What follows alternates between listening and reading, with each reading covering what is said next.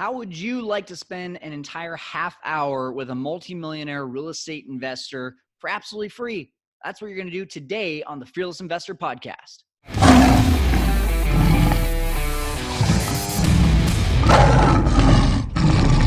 Hey everyone, I have got a serious treat for you today here on the Fearless Investor Podcast. You're joining me, Kyle Stanley, and coming up, Rod Khleif, who, guys, if you don't know who Rod Khleif is, you need to go ahead and get out from under the rock, go to Google and just search Rod Khleif after this, and you'll see that this guy is all over the place.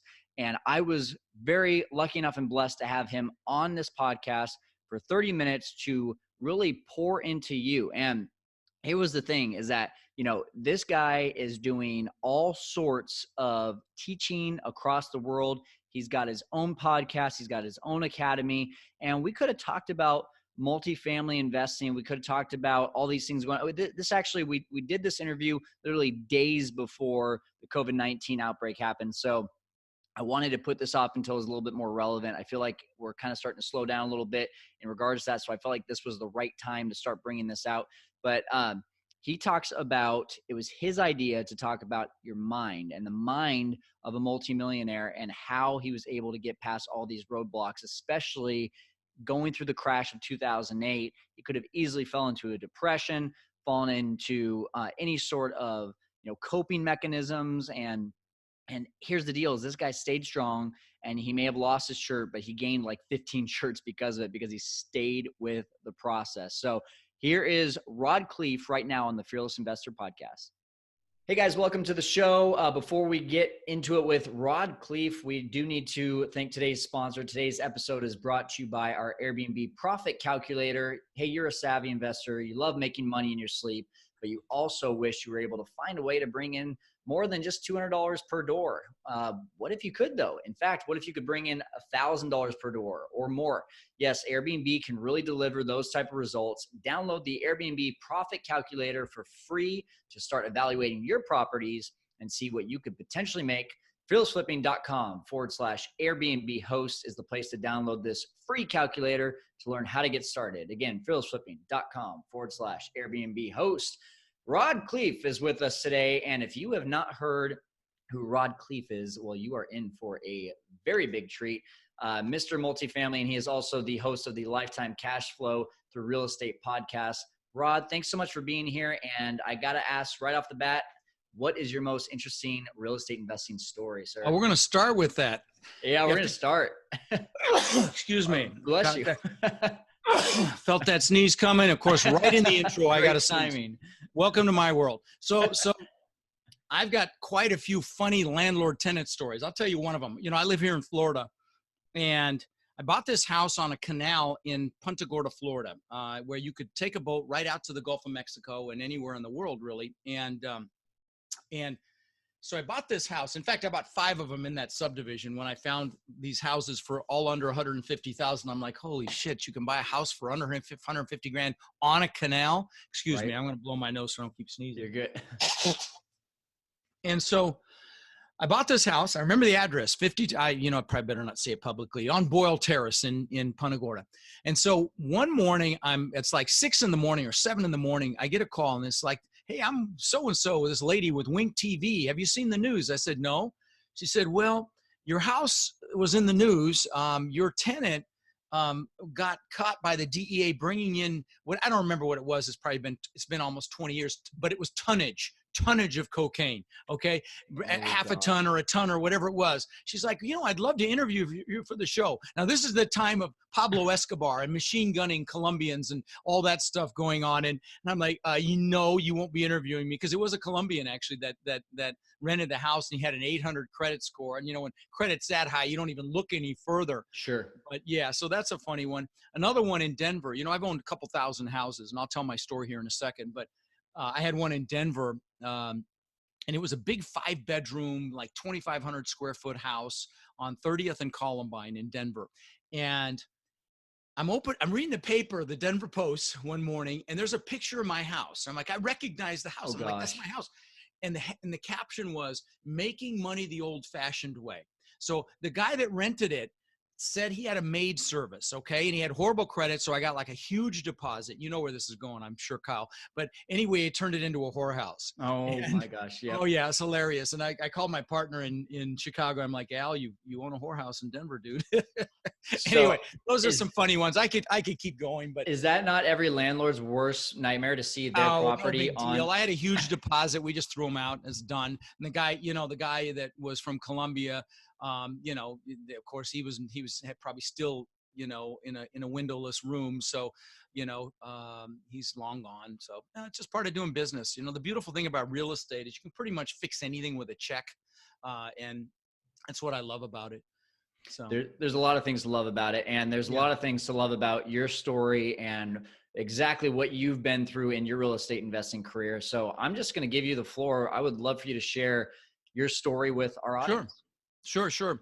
Well, so I immigrated to this country when I was 6 years old with my mother, Svancha, and my brother, Albert. And we had come from the Netherlands. I was born in Holland. And we ended up in Denver, Colorado, and we really struggled. We didn't have much. In fact, I wore clothes from the Goodwill all the way through junior high school till I could get a job and buy clothes. And I remember we went to the day old bread store because we could afford it. We ate expired food. We drank powdered milk. My mom thought milk was healthy. And, we really struggled. But the great thing, and I'm sure there's people listening who probably had it harder than we did, or maybe have it harder than we did right now. But I knew I wanted more. And my mom had an incredible work ethic. She was a bit of an entrepreneur. She used her babysitting money. She invested in the stock market, but she also used her babysitting money to buy the house across the street from us when I was about 14 for $30,000. Now, when I was 17, she told me it had gone up $20,000 in her sleep, that she'd made 20 grand not doing anything. And I'm like, what? Screw college. I'm not going to college. I'm getting into real estate. So when I got my broker's license and I was going to be a realtor, and so my first year, I didn't have a clue what I was doing. I maybe made 8 grand. My second year, maybe 10 grand. But my third year, I made well over $100,000. And so one of the things I like to talk about, now let me fast forward to today. I've owned over 2,000 houses that I've rented long-term, multiple apartment complexes. Amazing. I will tell you, in 2006, my net worth went up $17 million while I slept. Wow. Okay. And when that happens, there's a punchline. Just wait for it. But when that happens, It's called 2008. people can get a big head. I thought I was a freaking real estate god. And, when that happens, God or the universe will give you a smack. Well, that was 2008 for me. I lost that 17 million, a whole lot more. I lost $50 million. Wow. And one of the things I like to talk about is what it took to go from like 8 to 10,000 my first year in real estate to 100,000, and then also what it took to have 50 million to lose in the first place to get back to the success that I enjoy today. So if you'd like, I can take a few minutes, Kyle, and talk about some of the strategies that I teach at my live events and I teach to my coaching students to help them propel and maximize and take advantage of the incredible opportunities in real estate. Do you want me to mention? You're talking about mindset? Yeah, it's really about mindset. Yeah, absolutely. Mindset's huge. Let's okay. do it. Yeah, honestly, I'm going to tell you that your mindset and your psychology is 80 to 90% of your success in anything. Okay, real estate, whatever the vehicle is, real estate, business, entrepreneurship, that's 10 to 20%. If you don't take action with what you learn, it's never going to happen. And it's the mindset and the psychology that causes you to take action. If it was just knowledge, there'd be millions of wealthy librarians and college professors out there. Absolutely. It's the do, and it's the keep doing. So what I teach at my events is kind of a goal setting workshop, and I'll run your listeners through it. But guys, if you're listening and you have the ability to take some notes, it would really help. Also, let me say this. What I'm going to tell you about in about 5 minutes now, I did for an hour and a half on my Facebook page. It's Rod Khleif Official. And I did it for an hour and a half on January 1st. I took everybody through a goal setting workshop. I think it's been watched like 5,000 times now. But if you want to just have me guide you through the whole process, go to Rod Khleif Official on Facebook and go to January 1st and you'll see it. And the other thing is, I did a workbook. I'm seeing if I got a picture of it here. I do. I did a worksheet, a goal setting worksheet when I did it. And if you want this to follow along after I show this to you, I'll give it to you for free. It's just text 2020 goals to 41411. Yeah, but it'll work for any year you do it. But it's going to 20 map out what I'm going to explain 2020 to you here. goals. 2020 goals to 41411. Now, what you need to do is you need to sit down when you have an uninterrupted hour, and you want to make sure you've got a lot of energy. You make sure you're well hydrated, you're drinking, you didn't just have a big meal. And you're going to sit down and write down everything you could ever possibly want in life, okay? Start with the stuff. We love stuff, okay? Houses, cars, boats, jet skis, planes, watches. I'm a watch nut, so start with the stuff. Write down everything you could ever possibly want in life, okay? And don't limit yourself. Take the lid off your brain. Imagine if you write it down, you're going to get it, because that's not outside the realm of reality. What it does when you write down your goals, it triggers something called your reticular activating system. And that's that filter in your brain that subconsciously filters out what it thinks is most important for you to focus on. And the greatest example of this is when you first buy a car. You never really notice them, and you buy the vehicle and you see them everywhere. Yep. And were they there before? Of course they were. And so that's your reticular activating system at work. So write down everything you can think of, and don't limit yourself. And also, write down how much money you want in the bank, say in 3 years, how much money you want in the bank in, say, 5 or 10 years, how much cash flow you want from your real estate assets, say in 3 years and maybe in 10 years. Write down all the things you want to do in this lifetime. Maybe you want to write a book or climb a mountain or jump out of a perfectly good airplane. I did that about 6 months ago. Never do it again, but I did it. So write down what you want to do. You did it for both of us. Yeah. So write down what you want to do. Also write down what you want to learn. Maybe you want to learn a foreign language, or, me, I want to learn how to play the drums. What do I want to learn how to fly a helicopter as well. What do you want to learn? Write it down. Then lastly, write down who you want to help. Like I bought my parents a house, bought them a car, took them on cruises. Who do you want to help? Write that down, because we'll always do more for ourselves for others than we'll do for ourselves. And you want to use that, because what I'm describing here is the fuel to push through any fear that you have, the fuel to push through limiting beliefs, the fuel to get uncomfortable. Most of us are comfortable, and the comfort zone's a warm place, but nothing freaking grows there. So, you need the fuel, and it starts with the goals. So you're writing down all this stuff. You're writing down what you want to learn, who you want to help. Maybe you want to help your family, children, the community, the environment, the elderly, whatever it is, write it down. Whatever you're passionate about, write it down. And once you're done, you can't think of another thing. And please don't, if you're analytical, don't stop and analyze what you're writing. Just keep writing till you can't think of another thing. Big things, little things, everything. Now, once you're done, it's not real until it's measurable. So I want you to put a time limit on each one of those goals. Put a number by each goal, how many years it's going to take you to achieve it. So put a 1, a 3, a 5, a 10, even a 20, recognizing that as human beings, we will overestimate what we can accomplish in a year and massively underestimate what we can do in, say, a decade or 20 years. I'll give you an example. When I was 18, I lived in Denver, and I knew I wanted to live on the beach, and there's no beach in Denver. And so I visualized pictures of palm trees, the beach, waves, literally for 20 years. I even had pictures in my room for a time being. And I built this $8 million, 10,000 square foot mansion here in Sarasota, Florida, on the beach. I owned the beach on one side. It was a Gulf to Bay. So on the backside, I had boat houses, boat lifts. And it was unthinkable when I was 18. And so the point is, don't limit yourself. Just, again, if you can imagine it, write it down. And so you've put a time limit on each goal, how many years, and don't overthink this. Just guess on the years. It doesn't have to be perfect. Once you've got a time limit on each goal, I want you to pick your number one goal. I mean, that goal that if you win, let me rephrase that goal, when you get it is, you're like, oh my God, this is unbelievable. That goal, write that down, put it on another piece of paper. Then I want you to write down your top 3 one-year goals. Put those on a separate sheet of paper and leave some room in between them. Now, I will tell you, most people don't get this far. In fact, you're ahead of 99.9% of the people on the planet at this point, but you're going to take it one step further. The goals are important. The goals will drive you, but they're not enough. You have to know why those goals are a must. This is the fuel. This is how I got out from underneath a rock. I thought I was set for life. I had $50 million in assets.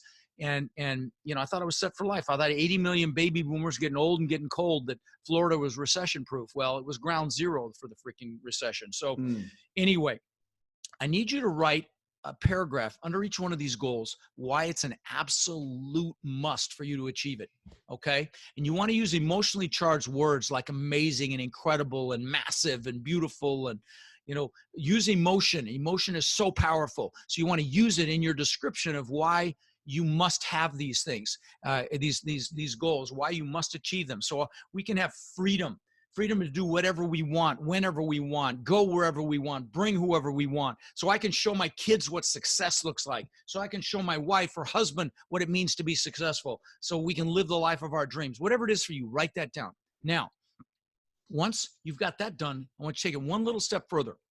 And that is, I want you to put some pain in there if you don't achieve the goals, and make it freaking painful if you don't achieve them. So I don't feel like a failure. So my life is not a failure. So I don't, live a life of regret.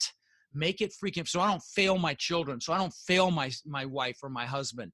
Make it hurt, because we will do more to avoid pain than gain pleasure. And you want to use that. There was a nurse in Australia, Kyle, that was a hospice nurse. And she asked patients at the end of their lives if they had any regrets. She wrote a book about it. It's called The 5 Regrets of Dying. And you want to know what the number one regret was? Not living the life I could have lived, living someone else's life, not doing what I was capable of. And I say, screw that. And this is the fuel to prevent that from happening. It's the things that we don't do that we regret the most. Absolutely. Absolutely. Yep. And so again, write down, put some pain in there. And lastly, you must get pictures of your goals. Okay. I'll give you a couple examples.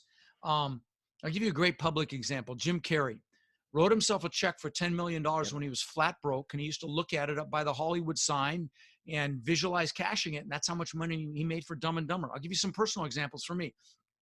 In fact, another great recent example is Demi Lovato did a tweet, I think 10 years ago, that she was going to sing at the Super Bowl, and boom, she sang at the Super Bowl. Wow. Yeah, that's the power of visualization to manifest things. So many examples of this. Olympic athletes are taught now to visualize a race before they run it, because it's been proven to enhance their performance. But I'll give you some personal examples. When I was 18, I got my real estate broker's license, and I figured I had to have a 4-door car. So I bought this bone freaking ugly 4-door Granada, ugliest thing you ever saw. Bench seats, just ugly. But I had a friend that I worked with that had a Corvette, and he let me drive it. And that's a really important piece. If there's a car you want, go test drive it.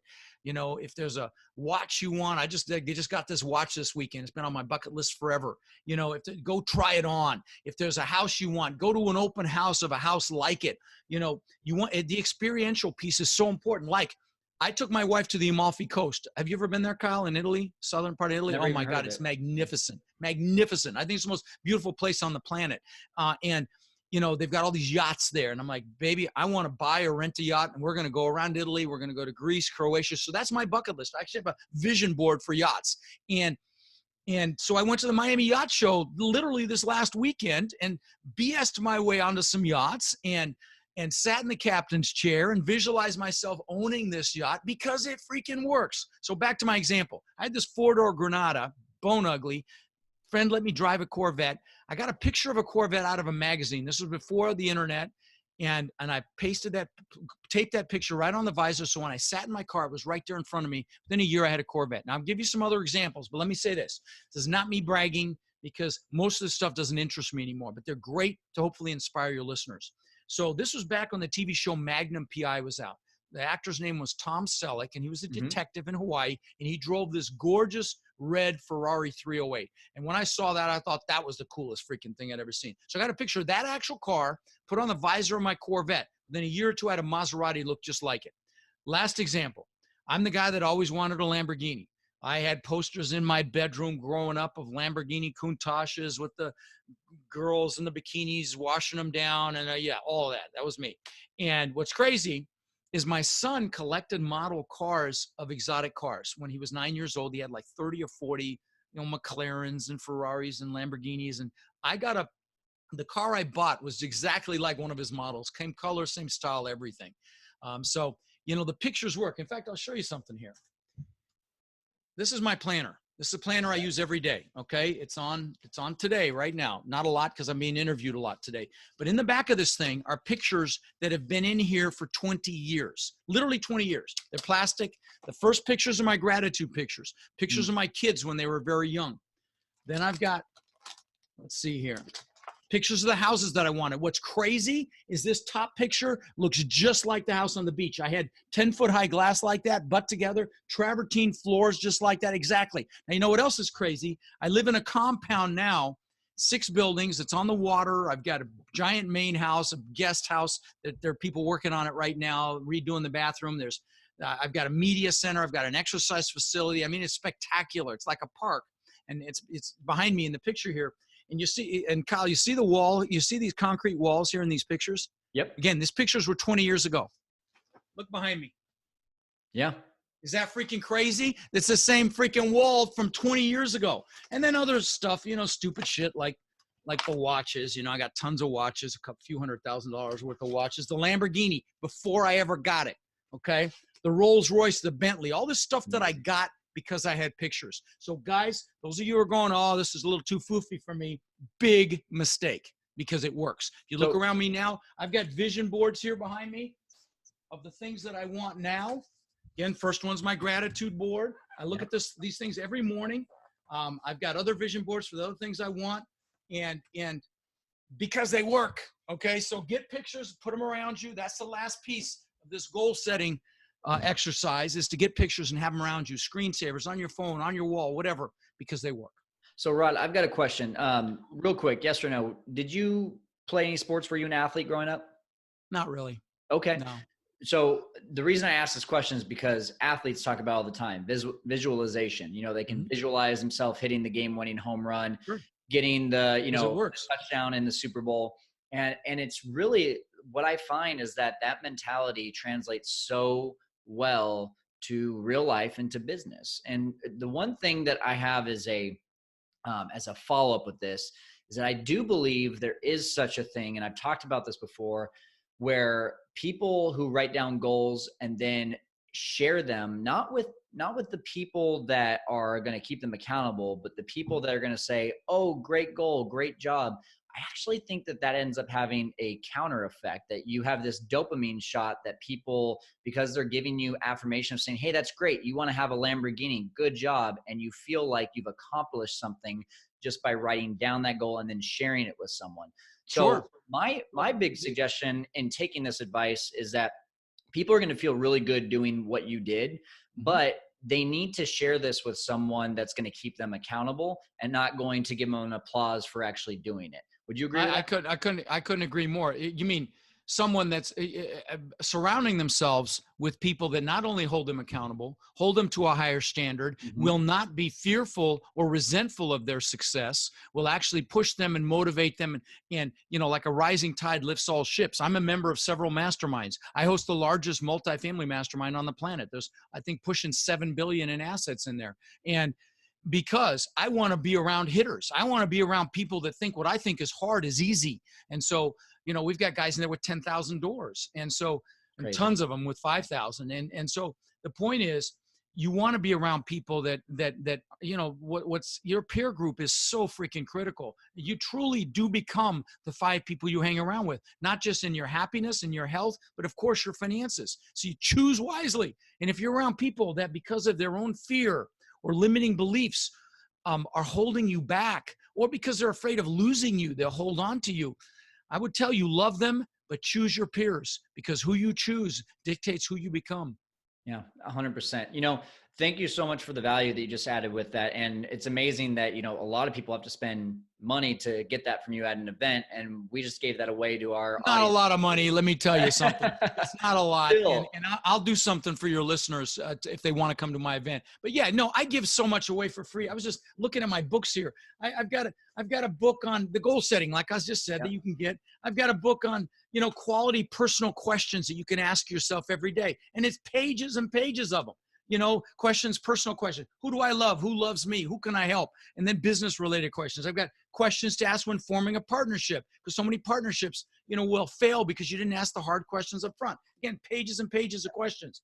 I've got, by the way, if any of you guys listening are interested in the multifamily space, get this freaking toolbook I've got. It's free. Text the word ROD to 41411. It's like a due diligence checklist on steroids, and it's just for multifamily. I know your listeners are mostly single family, but it is incredible. I'm so proud of this thing. It's like 70 pages, and it's free. The price is right.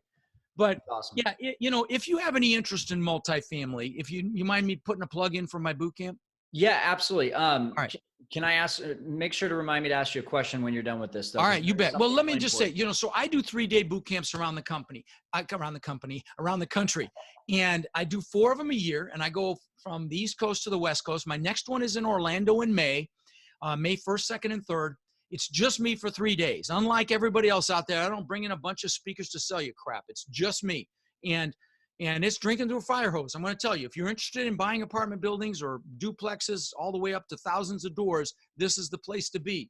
And you'll get what you need. You get a 90-day action plan. We teach you how to find them, how to do the due diligence on them, how to evaluate them, how to finance them, how to raise the equity, how to do syndications, how to manage them, and on and on. But more importantly than all of that, I teach you how to actually take action with what you learn. We go through this goal setting workshop. It takes an hour and a half. It's not what we do in, what we just did in 5 minutes. And we work on your identity, because your identity pulls you into it, and I help you discover that. I help you push through limiting beliefs, and push through fear, and push through setbacks, all these things. I mean, it's an incredible experience. Now, I will tell you, if you're listening and you have any interest in this business, go to multifamilycommunity.com. And that's a direct link to my Facebook group. I've got the largest multifamily Facebook group on the planet. And there's almost 32,000 people in there. You can't promote, it's just education. But go there and put in the word boot camp, so I don't have to sell you. There are thousands literally of testimonials of people that, and I've only been doing it a couple of years, that just rave about the experience. Lots of people come 2, 3, 4, 5 times, because the multifamily game is a team sport, and they're building their teams, they're networking, and just the excitement of it. It's not like your typical stuffy, sit in your seat, get bored to tears, dry material boot camp. It is, you get all that, but I keep it very fun and interesting. And Kyle, if your listeners are interested, again, it's 3 days, Friday, Saturday, Sunday. And I'll give them $100 off. If they just use the code FEARLESS, which ties right into your name of your podcast, if they use the code FEARLESS, I'll give them $100 off. And let me say this. Let me say one other thing, and that is on Saturday night, the middle night, we go until 9 or 10 o'clock at night. So just know that. But I have usually somewhere between $2 and $3 billion represented by the operators that are on stage answering questions well into the evening. And I bring in a cash bar, and it gets pretty stupid by about 9 o'clock, but we have a lot of fun. Okay. So if you can make it, I promise you'll be glad you came. You get the blueprint or the map to do my business. And I know that's not really, but a lot of people that are flipping, doing smaller stuff, doing the Airbnb stuff, if you want to go bigger, I'm your solution. But what you're doing is great. I don't want to discount what you're doing. Again, I've had 2,000 houses I rented long-term, and I wouldn't do it again. I would go bigger right out of the gate. But listen, most people start with houses, then they'll do a duplex, a fourplex, a 10-unit, a 20-unit. It's just kind of a natural progression. So I'm really pleased that I'm able to talk to your audience today, Kyle. Now, you got a question. Awesome. Yeah, and thank you for giving that discount for our audience. We're going to put all of that in the show notes, guys. So don't feel like, hey, I got to pull over to the side of the road and write down all this stuff right now. You're just going to go to the show notes, which is just going to be fearlessflipping.com/Rod Khleif. But basically, Rod, what I want to make sure that we are asking here, because it would be a disservice to my audience if we didn't ask this, you went through losing $50 million during the crash. You came out on the other side. What is the number one piece of advice you have for someone as we get let me tell you something kind of funny. I told you about that house on the beach, right? I told you, I built that incredible testament to my ego is really what it was. But what's crazy is you look behind me, you can't see it, but because God's got a sense of humor, my old house is right across the bay here from where I am. I see it every day. Okay. But yes, let me share something with you that I think is hugely important. And that is, and it relates to the goals as well. So 2 months after I moved into that house I was telling you about across the bay, I'm looking up at this thing, and I mean, there's a giant waterfall coming down from the second floor into the pool. The pool's changing. I'm in the pool. My family's inside sleeping. Pool's changing colors at night. In the middle of the house, there's this staircase goes right up through the middle on the second floor. I can land the plane with this. There were fish tanks that cost me almost $200,000. So that gives you an idea of the house, okay? Yeah. So I'm in the pool. And 2 months after I built it, and I got depressed. And I don't mean just a little bummed. I mean really depressed. I'm like, what the F is going on? I just achieved success like times 1,000 society standards, and I'm bummed? Well, this is one I want to share with your listeners, and that is there were several things going on. And now I know them. I didn't at the time. But one was that the goals aren't going to make us happy. Obviously, I'd worked for this thing for 20 years, and 2 months after I bid it, I'm depressed. Right. But you need them to propel yourself. But we are happy from progress and growth. Yes. So it's so important to celebrate whatever growth you're making, even no matter how minor it is. Because I didn't know what I was going to do next. So that's one thing. Second thing was you should never achieve a big goal without having other goals lined up behind it. Like the good book says, without a vision, the people perish. You got to have a vision for the future. So that's the second thing. But here's the most important one. I had been totally focused on me, Kyle. It was like, you know, I had this limiting belief that I wasn't good enough, and I was proving to the world I was good enough. So it was all about rod, show the world I matter, build this giant testament to my ego to show the world that I matter and I belong. And that's the truth of it. And so luckily that year I went and saw Tony Robbins, and this was 20 years ago, and I've spent the last 20 years following him around the planet. And let me give a shout out. If you have an opportunity to see him, just do it. You'll be glad you did. And I get nothing for saying that. But the point I want to make is, I found out that he fed families for the holidays, and he's done millions and millions. And I'm like, wow, do something for someone else. What a concept. And I was 40 and I hadn't even gotten that memo yet. So I got home and I decided to feed 5 families. And the third family changed my life. We get up to this, and we called a church to find out who really needed help. And this third family changed my life. Walked up to the door. It was this crappy place. It was like a shotgun where it wasn't even a 1-bedroom. You walk through the living room, through the bedroom to get to the kitchen, which has the bathroom on it. So it's kind of like a studio, but she had 5 kids. So she comes out, we did this for Thanksgiving. We had a frozen turkey. We had a big box of food. We found out they had kids, so we got toys for the kids. So they come out, they see the boxes of food and the turkey, and she comes out, starts crying. Some of her older kids start crying. I start crying, and I'm hooked. And I'm blessed to say, Kyle, we've now fed and benefited over 75,000 children over the last 20 years with baskets of food. We did 1,000 last year, meals to families. We've done tens of thousands of backpacks filled with school supplies, tens of thousands of teddy bears to local police departments for their officers to keep in their cars if they encounter a child that's been traumatized. And that's my greatest gift in life. I formed a foundation. It's called the Tiny Hands Foundation. And I do take donations now. And I paid for everything up to 2008. In fact, in 2007, I fed 1,500 families at 50,000 expense to me. But after that, I started taking donations, and I pay all the operating costs. Every dime goes to the food or backpacks or, teddy bears. But I'm not hitting anybody up for a donation, but I'm just proud of it. But that has given my life fulfillment. I had been totally focused on success. So those of you that are listening, that got blood dripping from your teeth, you're in your 20s or 30s and you want this bad, I'm here to tell you that success without that giving back piece is not success. If you're totally focused on yourself, it's not success. I interview billionaires on my podcast. I hope you'll check it out. It's Lifetime Cash Flow Through Real Estate Investing. I interview billionaires, mega millionaires. And sometimes I will encounter one that's like I was back then, totally focused on themselves. And I'm sad for them. And most of the time they can't accept coaching from me. Sometimes I'm able to help. But the point is, here's the point. If you will get your success faster if you give back in some fashion. Yep. God gave us 2 hands, one to lift ourselves up, one to lift on other people up underneath us. So when you learn this flipping business or this Airbnb business or this multifamily business with the mindset that you're going to help other people, power will move to you. So adopt that mindset, figure out how you're going to give back, be it the elderly, children, the environment, helping someone in this business. And I promise you will get there faster. Progress and helping other people. That's exactly what it's all about, and celebrating that along the way. Rod, thank you so much for helping our audience really today to conquer their mindset, which is what has helped you so many years along the way. My pleasure. Thank you again for being on the show. My pleasure, brother. Take care. All right, guys, lots and lots of good nuggets there. I love that he said if you do this, 99.9% of people won't do it, and that automatically gives you a head above the rest. So go out, do what he just talked about with those 3 steps. But if you want all those resources right in one nice, neatly wrapped place, you can get that at our website on the show notes, fearlesskyle.com/Rod Khleif. And Rod's last name is spelled KHLEIF. Again, Rod, ROD, KHLEIF. Fearlesskyle.com/Rod Khleif. And I would also check out his podcast. It's called the Lifetime Cash Flow Through Real Estate Podcast. He talks about multifamily investing all the time. He's got great experts and interviewees on there, and a great place to continue your education in this world of investing. Thanks so much for joining us. We will see you next time, where again, we will be helping you conquer the world of investing.